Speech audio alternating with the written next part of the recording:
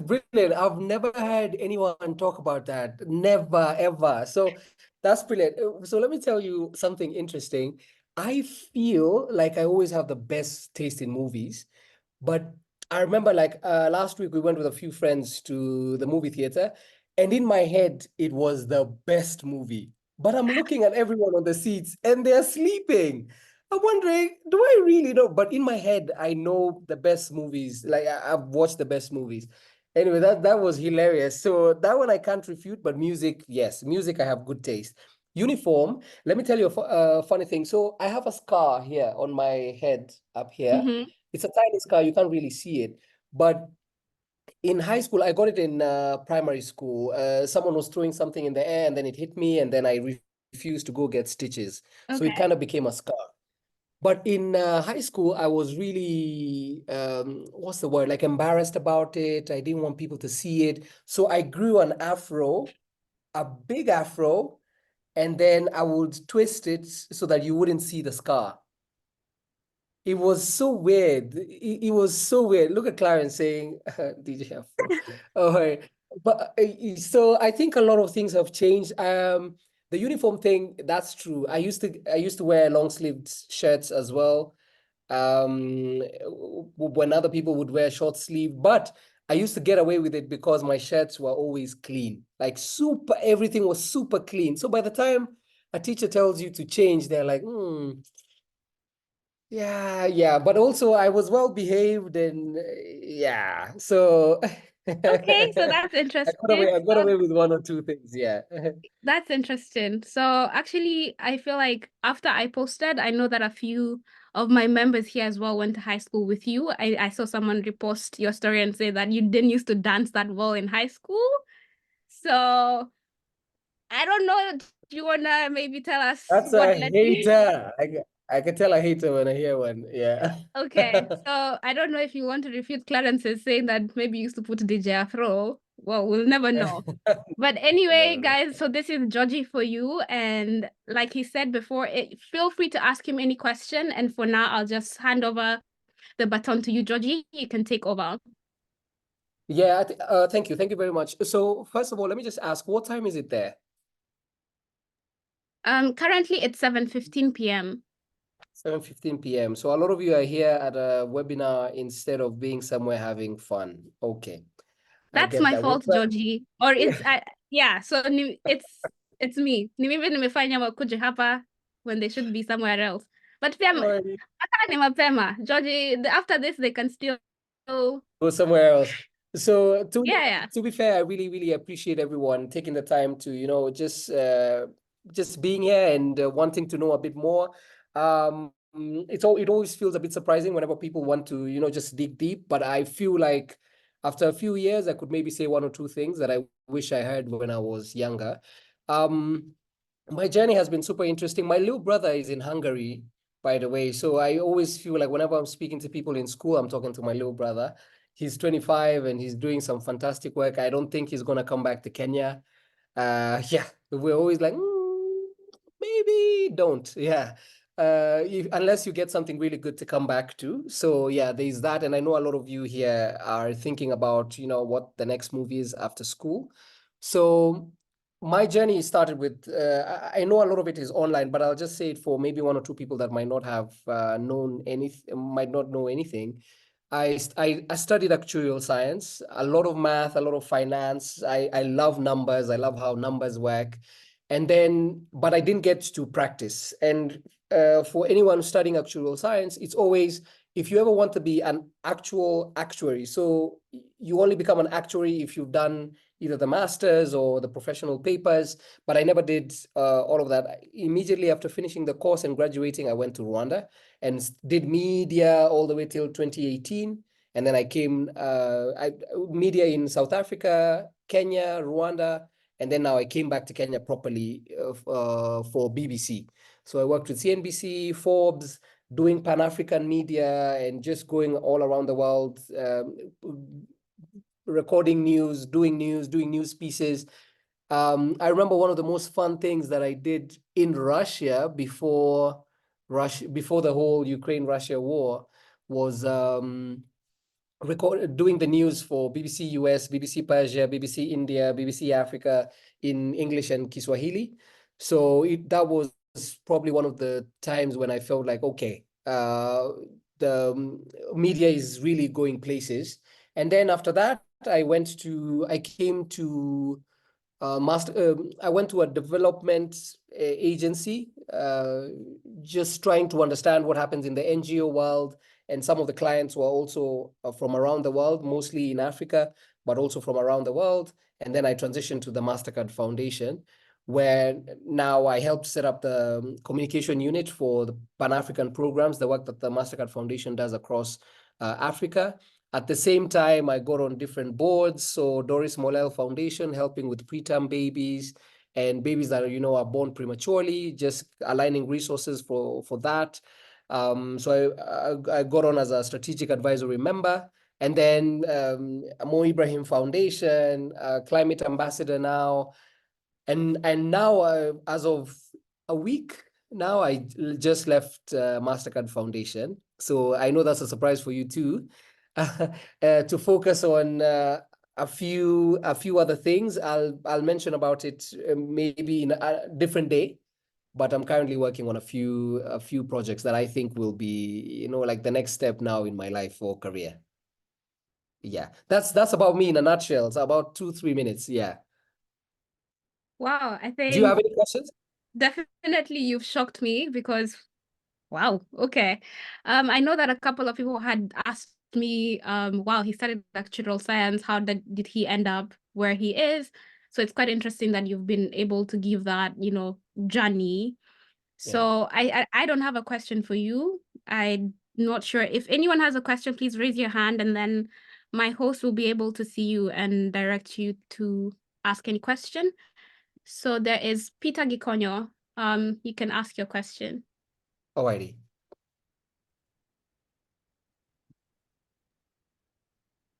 So good evening, everyone. My name is Peter.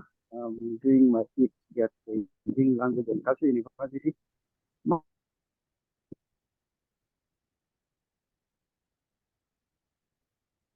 Is it me Mine is or probably not a very big question. I just had a quick question. How old are you, Georgie? How old are you've you, done a lot. Georgie? I mean, and looking like, yeah, your career. Your CV is so big, but you look very young. Thank you. Oh, so I'm not sure you wanted to say, okay, let's go. I don't know. Thank you very much, actually, for that last part. He said I look very young. That's brilliant. That's actually, even without answering, I could even log off and go into the sunset. Um, I'm 35. I'm 35 now, but I drink a lot of water and I mind my business. I So actually it just allows you wanted to to stay finish that young. for Yeah. you. But I'm So 35. Thank you for the compliment, Peter. we have Alison Joy. Good evening. My name is Alison. I study electronic engineering, and my question is, what was the reason why you pivoted from actuarial science into media? Was there a specific reason why? Thank You you, know, I would, Joy. yeah, do you want me to pick many? We do many and then like 3 questions and then I go one at a time? Your discretion. Advise me, please. Or I could go one question at a time. It's okay, so that we give everyone as much value as possible. Electronic engineering, first of all, brilliant. My little brother is doing mechatronic engineering, so he had to like pick between mechanical and electronic, and then he went with mechatronic. So I really enjoy people that do anything that's close to what he's doing. I'm a fan of his work. I hope you can hear me well. Can you hear me? You can. Okay. So I really, really, really, really, really, really wish there was something profound about how I pivoted. I pivoted. It was a friend of mine who had gone to Rwanda before me, and when he was there, he said, there's an opportunity to come and do some bit of logistics here, and we had been doing a bit of events, just on the side. When you're in uni, you have some bit of time, and you say, okay, what else can I do on the side? And we had done some bit of organizing of events, and I used to have a fashion company, and it was just something really small. But I remember at the time, immediately after school, I was after doing a bit of internship here and there, you start to feel like life is really slow, really, really slow. So when my friend told me, come and then there's going to be a salary and, you're going to be in a different country and whatever, it was so quick. I didn't even think about what it meant to leave the country. I had never gone to Rwanda before. My dad had been to Burundi, so he knew a bit about Rwanda, but he didn't know about Rwanda properly. And clearly, he was just like, just fine, we give you our blessings and you could go and see how it is and then you could come back. So when I went, I reached and my friend was part of there was like it was a TV company called TV10, but the whole group was called Tele10. So they were kind of trying to start logistics, events, introduce the corporate world to a different way of networking. So that's exactly what happened. But when we reached, there was not enough finance, not enough resource. It was not structured. So he had this idea and he was marketing to me an idea, not practicality or not the reality on ground. He's still a really good friend of mine because, he was a good friend still, but it didn't turn out to be what I was called to do. So after a while, you start to really wonder, oh my God, I made such a bad mistake. Do I go back? But Kenyans are stubborn. And a lot of Kenyans are very stubborn. They will try to make anything work. And I know a lot of you, even in China, you've tried to say, oh, okay, how do I try one or two things, to make something work? Because you're not so sure that when you come back, you'll have either the same opportunities, you're looking at things that are untapped.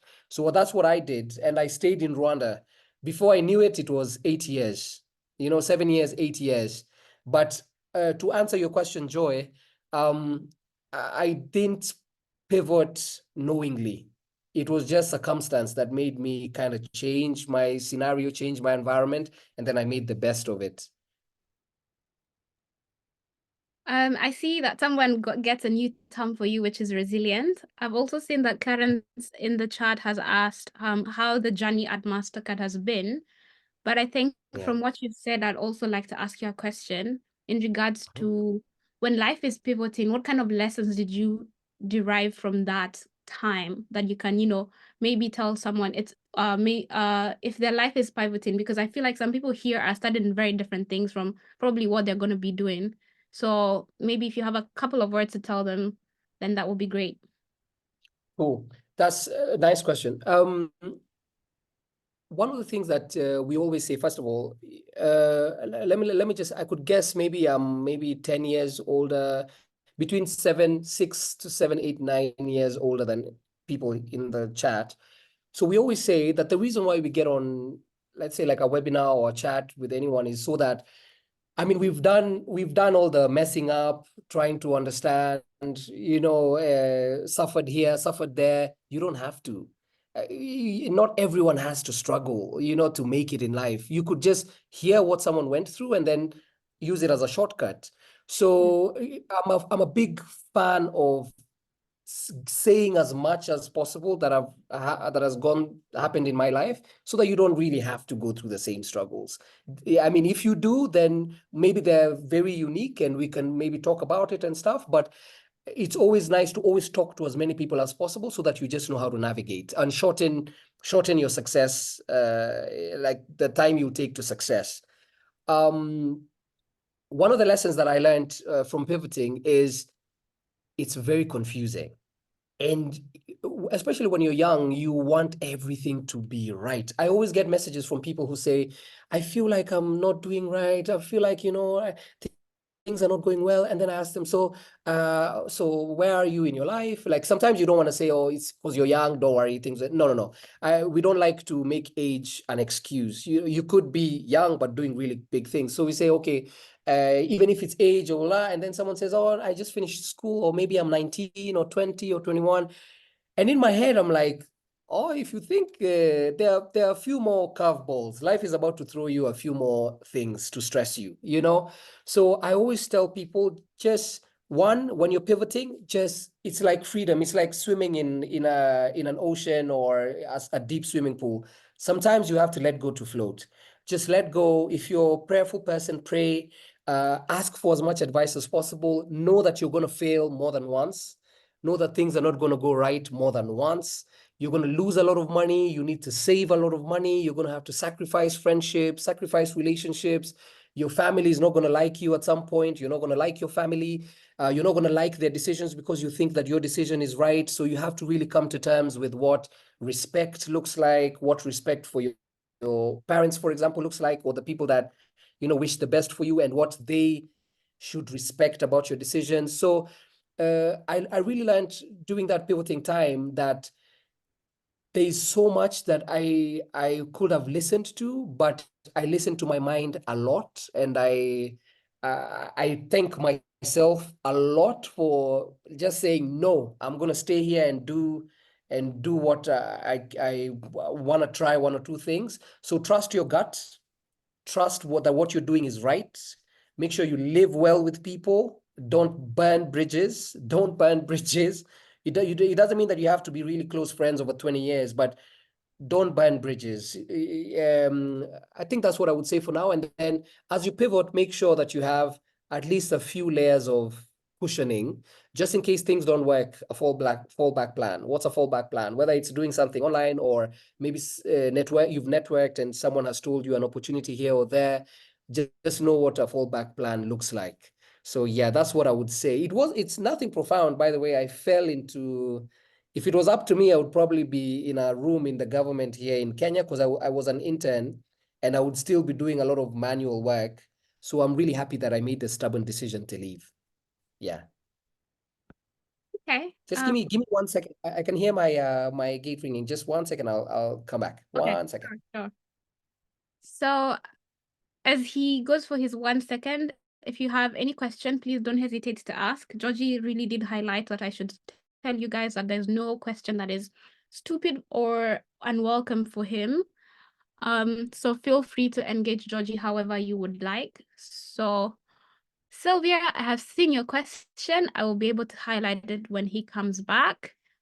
Yeah, if you do not want to ask the question by yourself, you can also write it in the chat and then we shall go through it, if that is okay with you guys.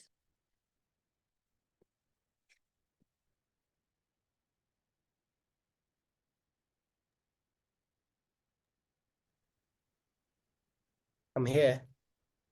Okay, so we literally gossiped about you when you left. So the next question is on the chat, which says, "Hi Georgie, thank you for sharing your journey. I'm a huge fan and I like how you balance work and play. So I'd like to ask, I'm currently on a transition phase and I find myself intrigued by numerous interests, concurrently career-wise, reminiscent of the saying jack of all trades, master of none. In light of this multifaceted exploration, what advice would you offer?" It's a very good question. Very, very good question. I feel like we had one from Clarence. He asked about your MasterCard journey. Yes, let me just respond to that real quick. So Clarence, the MasterCard Foundation was probably one of the best organizations I've ever worked for. One, I was operating on director level. So first of all, they gave a lot of value. It felt like I was being rewarded for the time that I've maybe even gone through hardship in career. So it felt like a reward. Although sometimes, you say, oh, this is the best job, and then you lose everything to that job. So it was a good professional move, and I value them so much. Yesterday, we even had a farewell dinner where the team kind of made a surprise, and they called me to just come and have some fun. We play some games. So the foundation is it's top 2 organizations, NGOs in the world. So they give so one of top 2 charitable organizations in the world. So there's a lot of money that goes around to different people across Africa, different partners, and in Canada. And my role was setting up the communications units for the Pan-African program. So anything that touches across Africa, that was my role, and it didn't exist before. So it existed in some way, some shape or form, but I came in to set it up, give it proper structure, and give it legs, and speak to our partners. So it was a huge undertaking, but they trusted me. So I've never felt that trusted with an organization that big. I mean, we've done panels, we've done moderations, we've spoken with different presidents, but that one felt like, they handed it to me and said, you got this. So it was a good journey. I feel like I learned a lot. I was able to speak with a lot of people and hear a lot of things on ground, community level, different levels of management as well. And how I can summarize it is it felt like a reward for years of work. And it's definitely a huge stepping stone for anything else that I would like to do. I feel like I've probably just interacted with almost everyone and I understand how organizations work. So that's how I would summarize it. Yeah. For the question on by Sylvia, I am a huge fan, and I keep telling people this. I heard a quote from Idris Elba that says, "It's your birthright to do anything and everything you want in this world." People always try to box you. One of the questions that I really strongly dislike is when people ask you, "What exactly do you do?" You know, not what do you do? What do you do is fine. What exactly do you do? Basically, they're saying you're doing too much. Do you do one thing consistently, or do you say, I do anything I want to do? So there's the focus, yes, where you can say, okay, my professional journey is in communication, and I'm a communication professional. But in the morning, I could go play tennis. In the evening, I could go for a dance class. I could go painting. I could be with the dogs. I could, start an online course. I could do that. So that balance is basically balancing between what actually gives you maybe satisfaction professionally or financially and what satisfies your soul. I long to live a life where I am happy, extremely happy.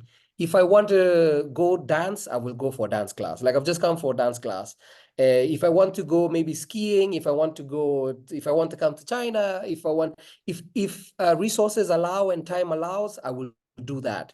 So I always say, with people that are kind of trying to battle between like balancing and I always have a scheduler where I just write, everything that's going to happen step by step and time by time. I leave enough time in between to commute or maybe go from one thing to another. But please don't ever feel shy or box yourself. There's this quote that says, don't cut yourself down to bite-sized pieces. Stay whole and let people choke. If they can't eat you whole, no need to cut yourself down so that you're more comfortable for other people. Nah, step into your light, do whatever you want to do. As long as it's respectful, again, and I keep saying you have to approach things with respect and love, and you're not doing anything wrong to anyone. Just live your life the way you feel you want to.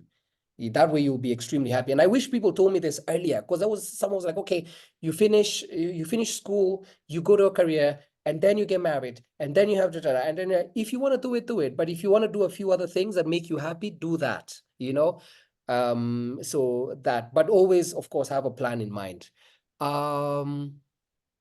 Yes, Georgie, I have two questions that came to my inbox. I think one also came to the chat, which is, could you tell us a bit about networking, how to, where to start, etc.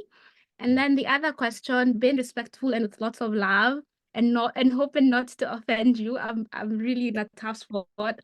The other question, I'll ask it the way I've been asked. Uko na mtu? Okay. So the fact that they Yeah. asked it in Swahili. Yeah, the question is in Swahili. Yeah. Okay. Please remind me the first one. The first one is how to start networking. Let me see. Let me not read it wrong. Could you tell us a bit about networking, how to, where to start, and then etc. I think they also asked a question on the chat. Yeah. Okay. So for a lot of people, networking is a skill that you get better at over time. A lot of people are either really good talkers or very shy. There's always that. You really know, like you can get into a room and say, "What's up? I'm here." Or you can, when you go to let's say like a meeting where there's a lot of people, you go with your friends and you can sit with your friends in a corner and you're comfortable and you say, oh, I saw this person, but you really didn't talk to anyone. You just came with your friend and you went to your corner. And then there are people that know how to walk to someone and ask them, hey, hi, what are you up to? What do you do? There are people that really know how to do that. Now, for me, a lot of people think I'm very outspoken. But when I go to a room, I always look for the people that I know, and then I move towards them, and then I stand with them first. I look at the room, I observe, and then I see, okay, we can approach this one, I can approach this person, like that. But I'm a bit shy. People think I'm a bit of an ambivert, so people don't believe me when I say that. But like here, this is like extremely safe for me, because if I feel like, oh, this is too much, I just close my laptop. That's it. And I say bye, and then He's I'll act gone. like, oh, what's the network? Yeah, I'm not going to do that. No. But so networking is a skill that you get better at over time. Another thing, people always conflate networking with, they conflate and like confuse networking with being in a room that you don't want to be in, but you make the best of it. Sometimes networking is basically saying, I feel like maybe there's an engineering class, let's say in the case of Joy, for example, I feel like maybe there's going to be a fair, or some engineers are going to come, and, or there's going to be maybe a show of something, or CES is coming to China. And, you want to go and actually see what everything is happening. Just networking means purposely going to find one or two more contacts than you had when you left. So one of the tasks that we always give people that are trying to network is, you just say you could map out 5 to 10 events or places that you'd like to be for the year. And then the task is, whenever you go, for every event that you go to, you must have one person more, right? So if you go to the first one, it's 1 from 0, so 0 plus 1. So you leave with one person whom you keep in contact with, either on LinkedIn or WeChat or whatever social platform that you're on. LinkedIn is a brilliant networking tool, especially professionally. But you get one, and not a person that you said, hey, how are you? Okay, yeah, I hope to see you sometime. No. One person that you really, out of the 20 people that you spoke to, get one person. You go to the second event, you add one more. So you get 2 people. You get to the third event, you add one more, you get 3 people. So by the end of the year, you have 10 new people that you met. And of course, by the time you get to 10, you'll have already learned a bit more about networking, and it will probably not be 10, it will probably be 30, 40 people. But just try one. When you go to the next one, just try 2 people, like that. And for those of us here who are easy like going and know how to network really well, so seek out some of your friends and just go with them to places where you feel like would add more value to them as a person or career-wise, and just also stand next to them when they're trying to talk to people. That's what I would say with networking. Another thing, people always tell me that I have social capital. I try to have like either mini events or my birthday or shoots or things like that, where I bring people to my space. So you'll realize with networking, you either leave your comfort zone and go somewhere else, or you invite people to your safe space. So networking is either way, where you create a room where you are 100% comfortable and you decide what happens within that meeting, or you go to somewhere where the meeting agenda has been discussed. So you can do that either way and continue to build social capital slowly. It could be game nights at in your room or whatever every 2 weeks, and people know I can't miss that.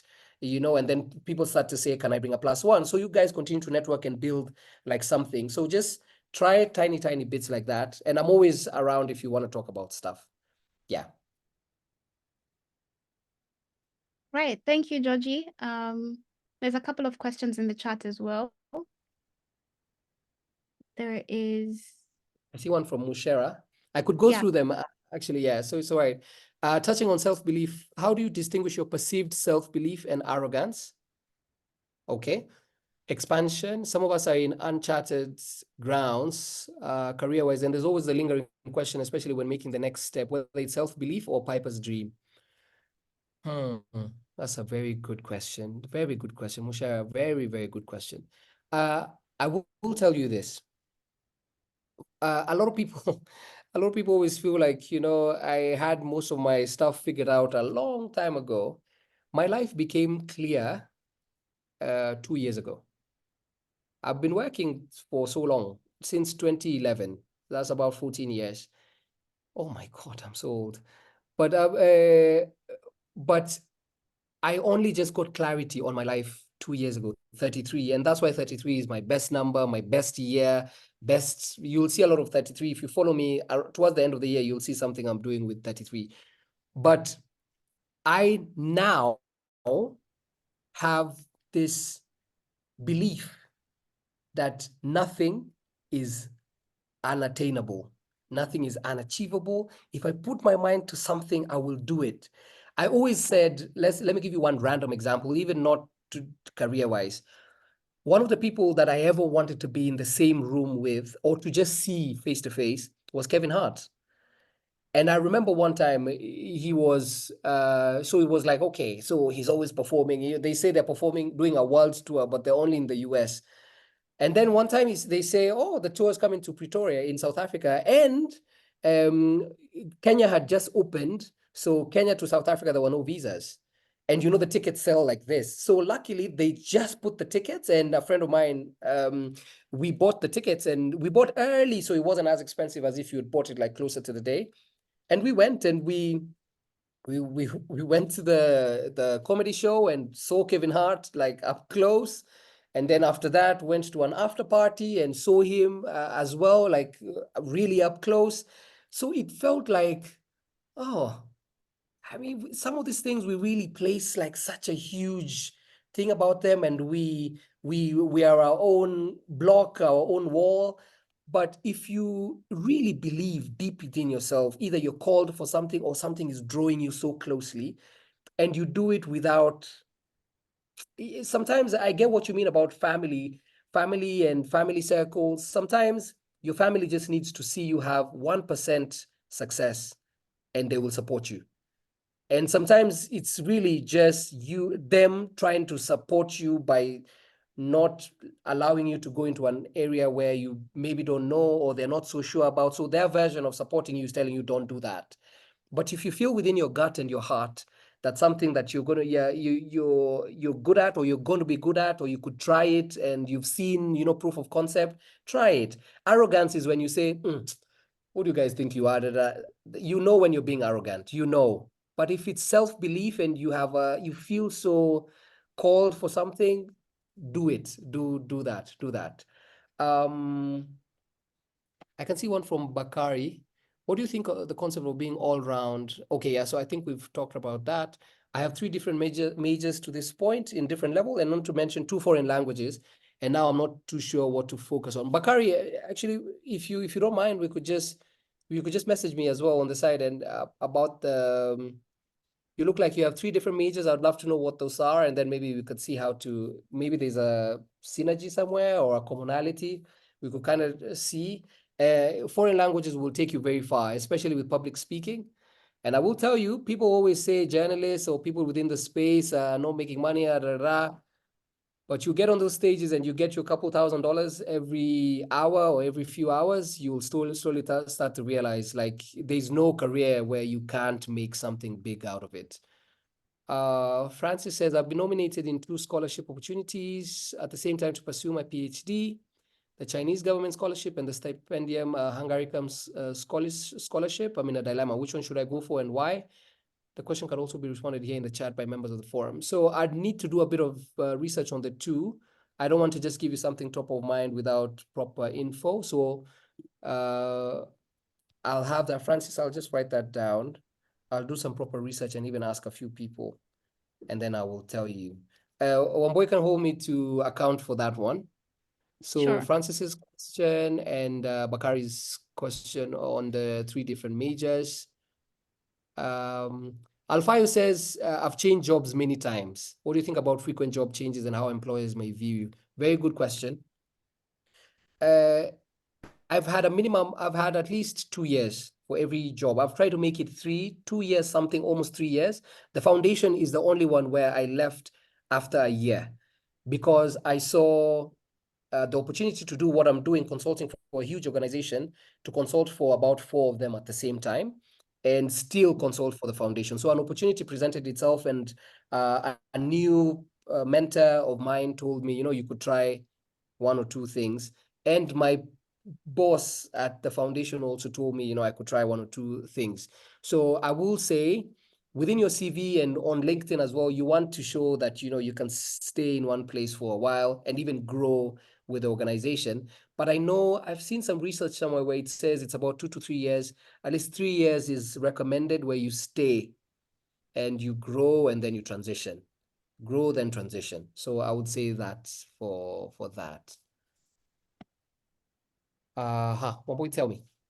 You have a question from Lydia. She raised her hand, so I think she wants to ask in person. However, Yeah, I'm highly seeing that our time is really doing the most, so I'm not sure how you'd like to advise me, because we have 12 minutes. Oh, we could go until they're done. Okay. Oh, wow. Yeah. Thank you so much. Lydia, if you'd like, you can ask your question, and then you can take the question that's on the chat as well. And also maybe check on the question that I'd sent you earlier on. Okay. Yeah.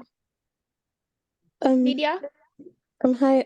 So my question is on artificial intelligence. So currently, like, let's say in China, there are people who are doing Chinese language or just, let's say, basically people do foreign languages, because also it may give you an upper hand in like job searching, especially fields like journalism, global moderation. But recently I saw a video that was posted by the CNN correspondent Larry Madowo, and it was a video where he could speak fluent Chinese, but it was an AI generated video. So what do you think AI will have on like future journalism, global moderation? Is there a possibility that artificial intelligence can take over this space?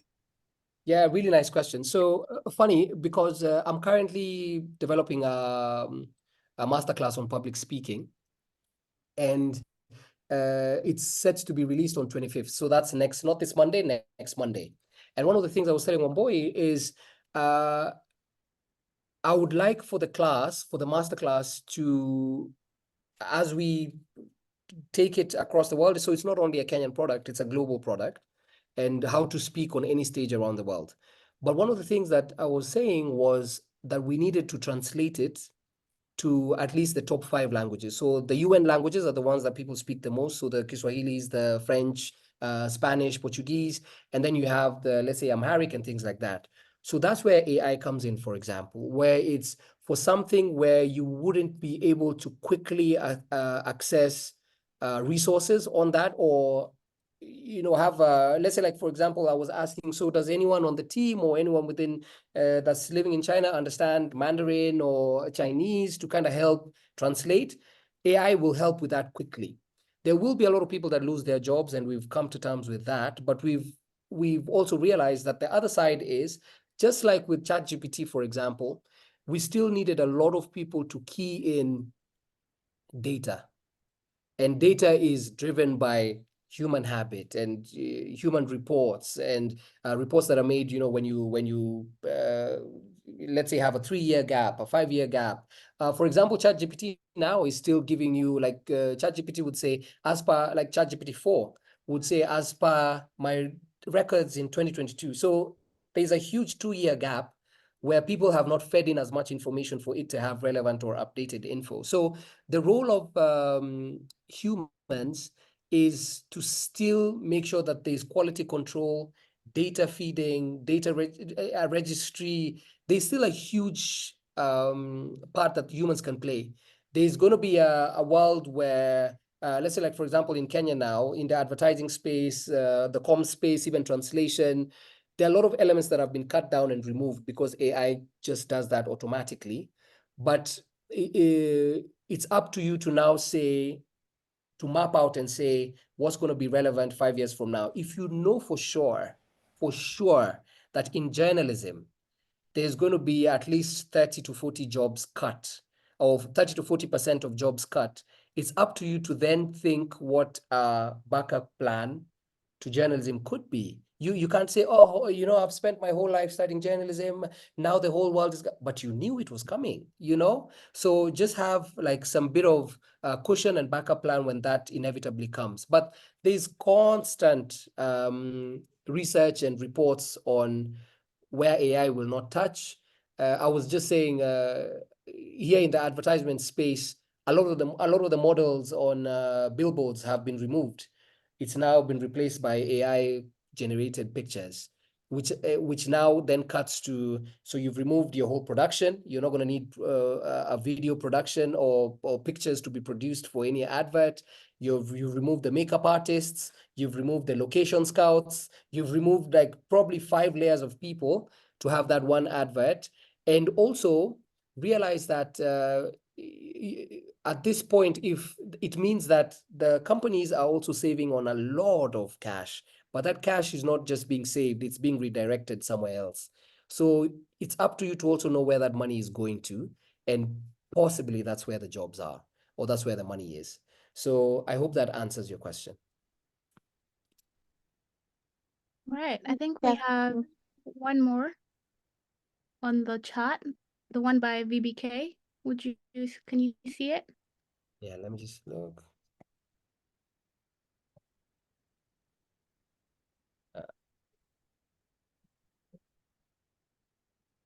I've been your fan since blah, blah, blah. Okay, yeah. I've been a fan Yeah. since I appeared on Over 25, Joyride, and Man Talk. What do you consider as success in life? You keep saying being happy. What's happiness? Can you find it in a career? What's the measure of it? If your career achievements in life are removed, would you say you're happy? Good. Good. Actually, good. Wherever you're going today, tea is on me. When I was at BBC, I was known as BBC's George Ndirangu, not George Ndirangu.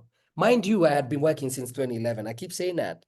I was known as BBC's George Ndirangu, so much so that when the BBC tag was removed, I didn't have an identity. And we keep saying, one of the best quotes, I hope I can get it right, but I'll get it before this is over. Let me see what I have it here. It's one of the best quotes I've ever seen. No, I don't have it here. I had saved it for so long, but it says something like your career, your 9 to 5 cannot be your brand, because if you quit your job, then it means quitting who you are. So you have to really understand who you are as a person. My measure of if my career achievements in life now are removed. Actually, we were even saying if you didn't have LinkedIn, who would people, like identify you as? So I say I'm a communications professional. I'm not MasterCard Foundation's Georgie. I'm not BBC's Georgie. I'm not CNBC's Georgie. And that's why I have to now seek out and do my own products and services. That's why I'm putting out this masterclass, because I've been doing hosting and moderating for 10 years. I feel like I'm a good public speaker, a good moderator, and I've been on stages around the world. So I have that conviction that I'm really good at that, communicating. So I say I'm a communications professional. Another thing as well is, when I mean happiness, I say happiness, but I mean fulfilled.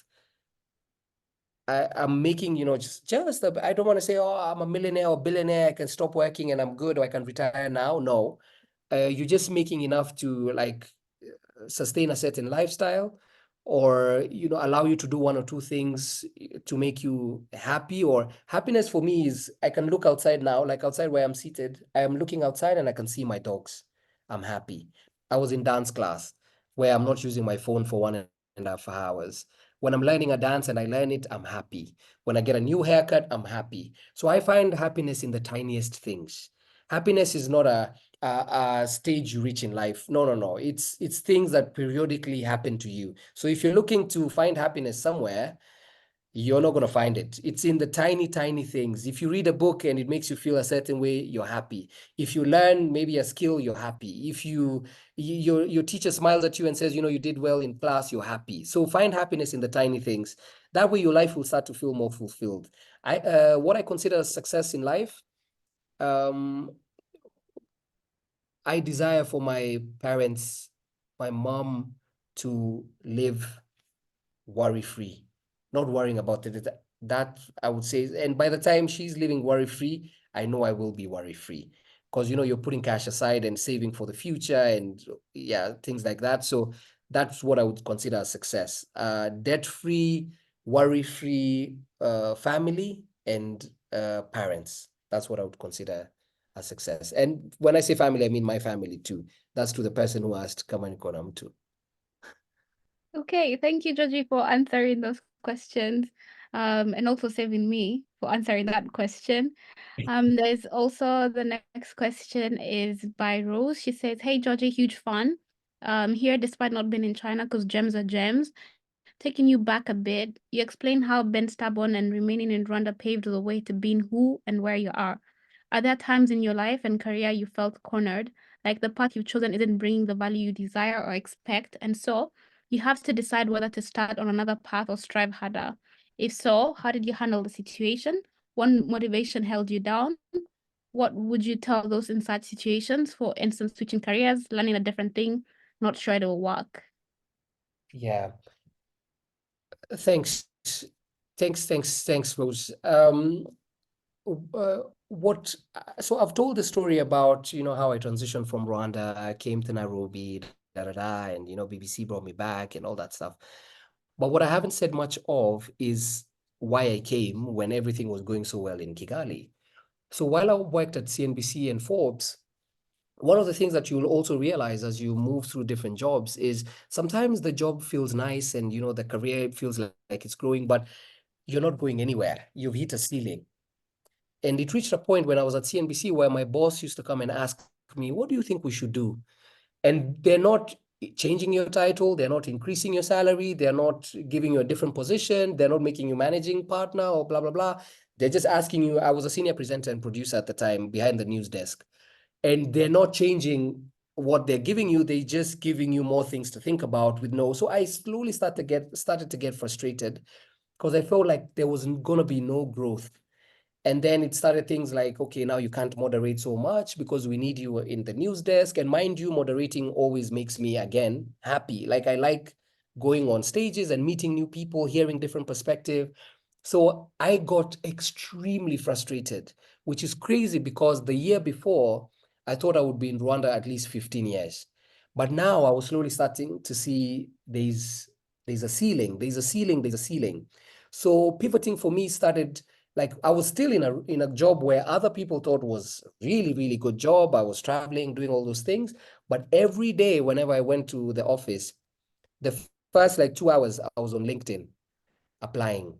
I was on job fairs, careers, applying to different jobs. And mind you, I'm still mentoring the guys doing the junior presenters and the junior producers, but I'm applying for jobs elsewhere.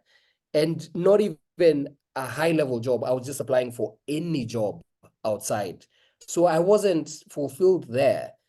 And then I remember I was just a few months from quitting everything and coming back to Kenya with no fallback plan, nothing. I even had to tell my mom, I feel like I want to come back. I'm getting really frustrated. And this story, I haven't told it before, but I remember she was just telling me, okay, instead of that, why don't I help you like choose a course, and you can kind of like go do your MBA, and as you think about what you want to do and stuff. And I really wasn't like for it. I wasn't for it at all. So right when I was about to give up and the opportunity for BBC came, and again, Larry's my friend, so he at the time he just told me, "Oh, there's something that we're working on, but there's going to be, BBC is going to apply, show out, he's going to advertise these positions, for anyone that wants to be part of the business unit." So that's what happened when I came back to Kenya. But at that point, to answer your question on switching careers and learning whether a different thing is going to work, not sure it's going to work, just holding it out a bit longer, for example, is what worked for me. And it might not work for you. It may or may not. But again, it's also just knowing what options there are and holding it out a bit longer and just asking a lot of questions. Yeah.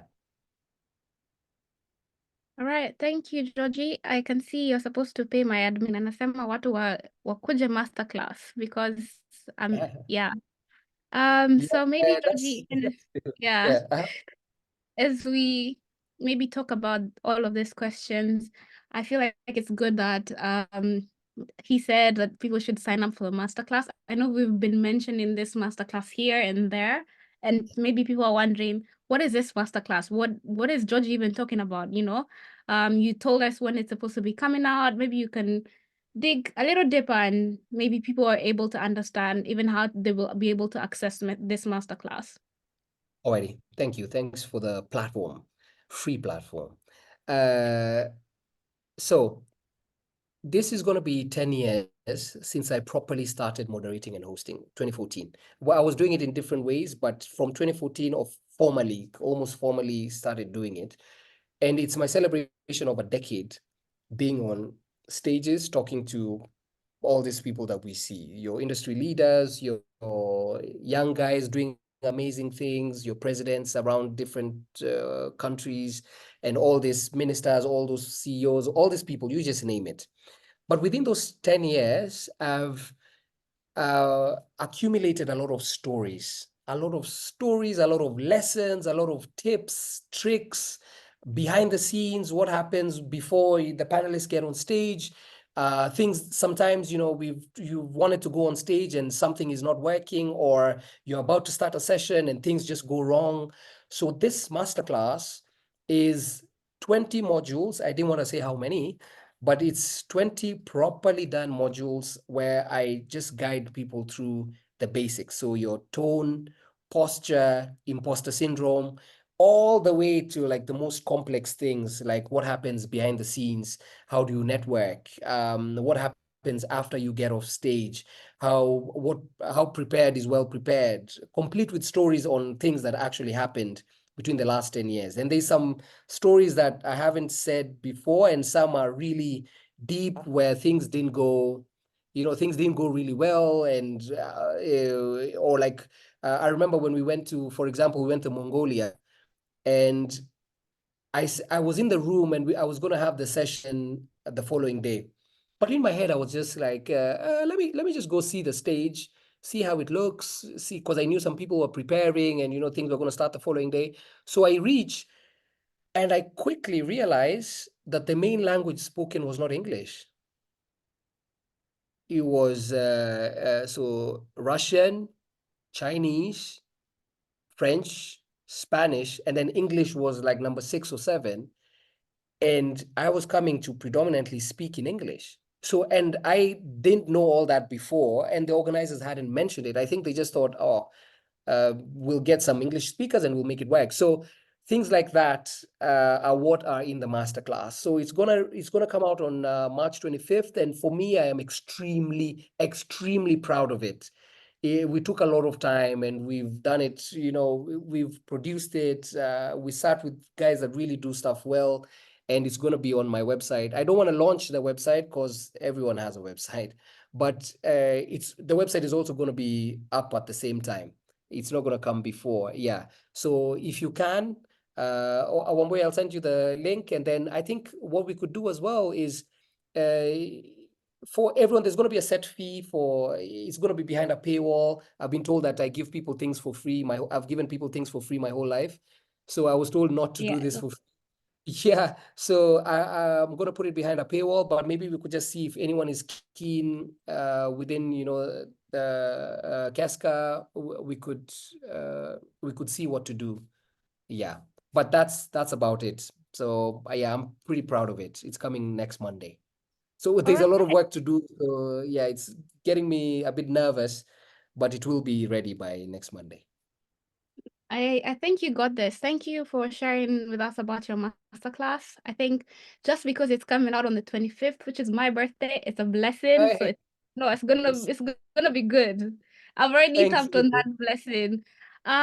So I think we shall end with this last question that Clarence asked, which is, my question is regards to failure. What are some of your biggest failures? How do you navigate failure? Moreover, you've been blessed to meet phenomenal people around the world.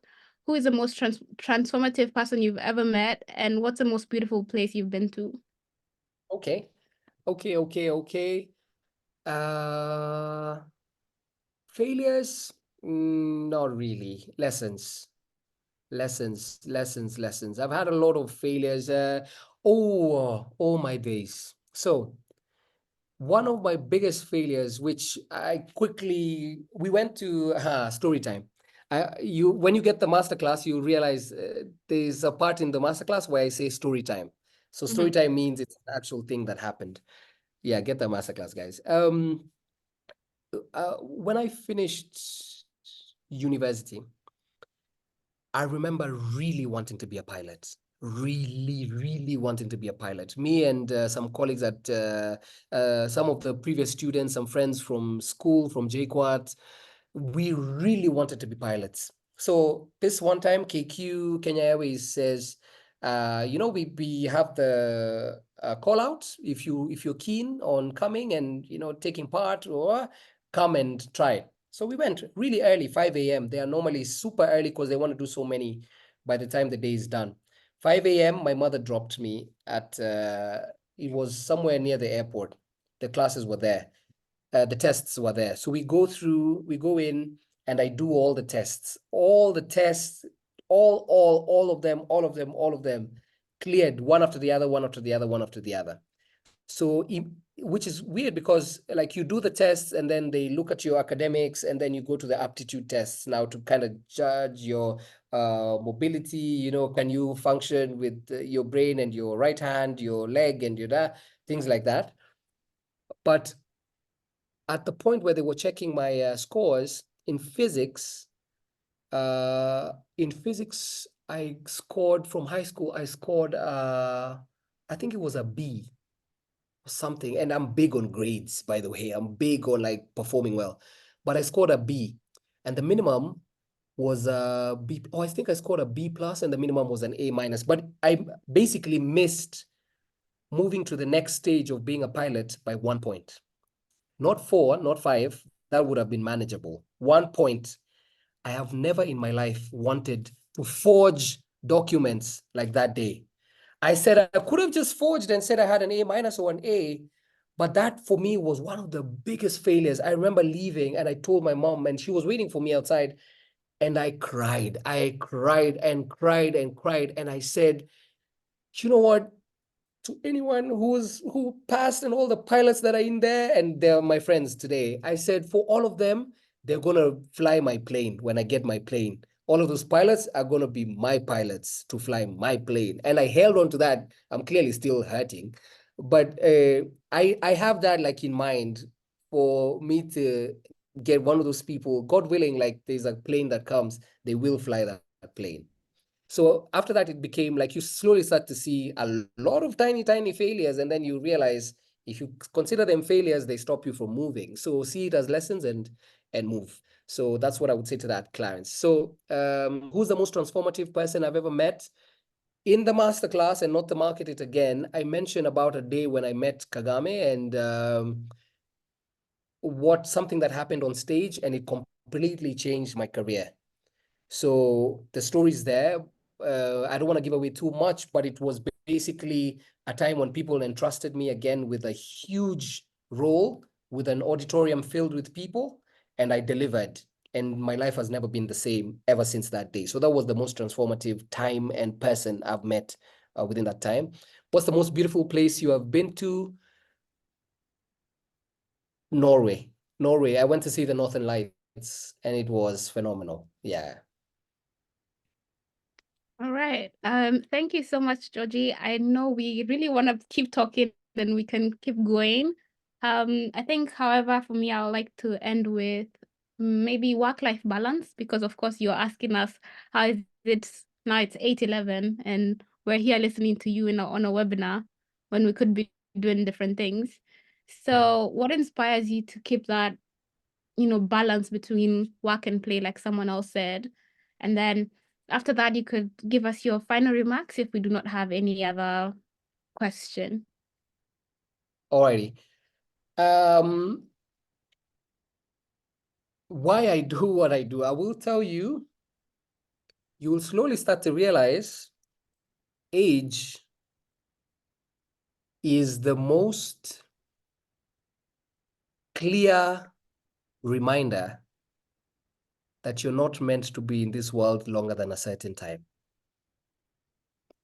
So you will realize every weekend you miss out on, let's say, playing a sport, every time you go somewhere and people ask, oh, do you know how to do this? And you're like, no.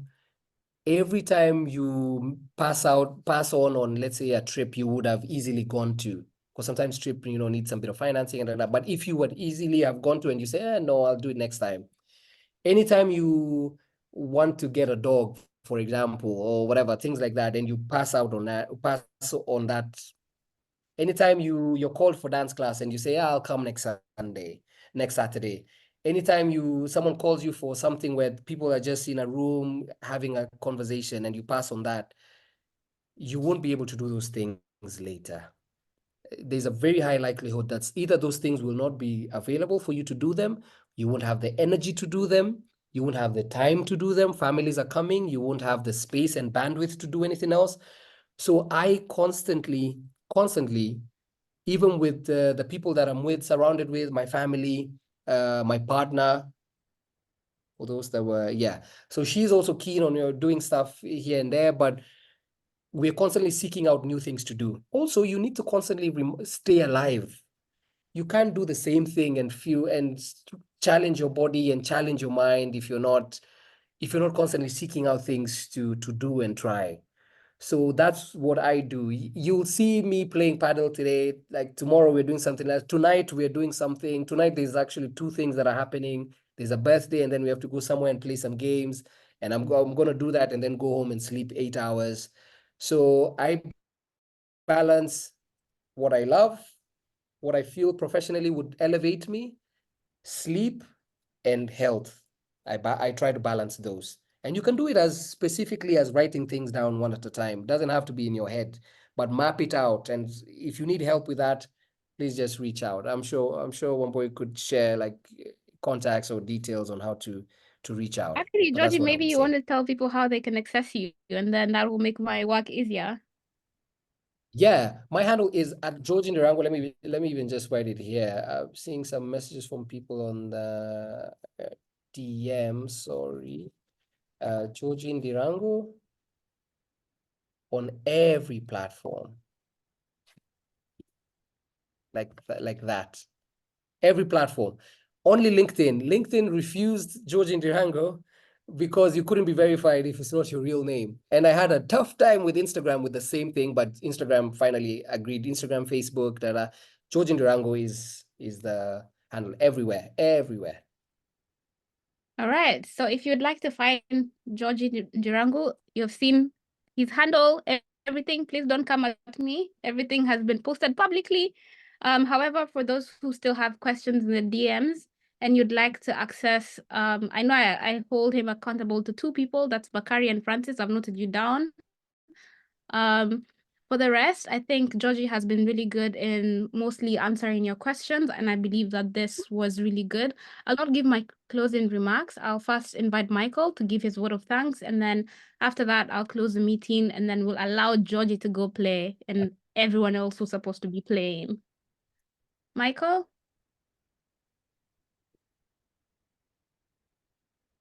You're muted.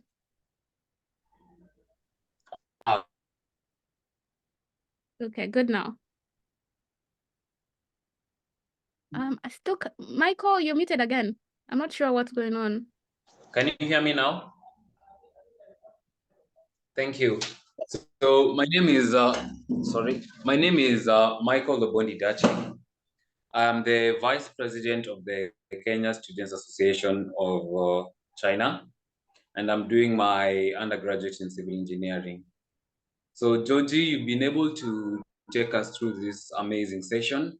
I actually follow you up on Instagram, so I'm able to view how you manage on work-life balance with your friends Oscar Koome, who are part of the Man Talk podcast.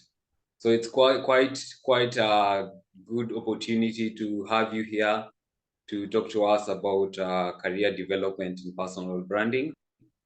So for your valuable insights, I'd like to say thank you.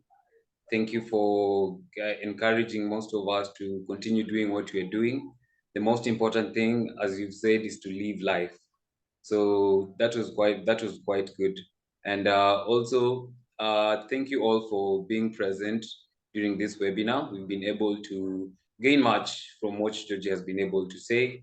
For those who are able to channel their effort to having this webinar, it was a good thing. Thank you, Wambui, for organizing with your team. Georgie, thank you for being present. I know it's not easy to get you to be present for such an opportunity. So thank you all, and I'd like to just say that it was a good opportunity. Thank you. I really, really appreciate that. I really, really, really deeply appreciate that. Thank you very much. And for your time as well to everyone here. Yeah, thank you, Georgie. I feel like he said so much of what I wanted to say. I feel embarrassed because he shouted out Oscar, and I'm like, "Woi, okay." So I think it's been a good time, and I feel like people have learned, especially I feel like because we overturned how everything was supposed to go, and I feel like I liked the free flow of things.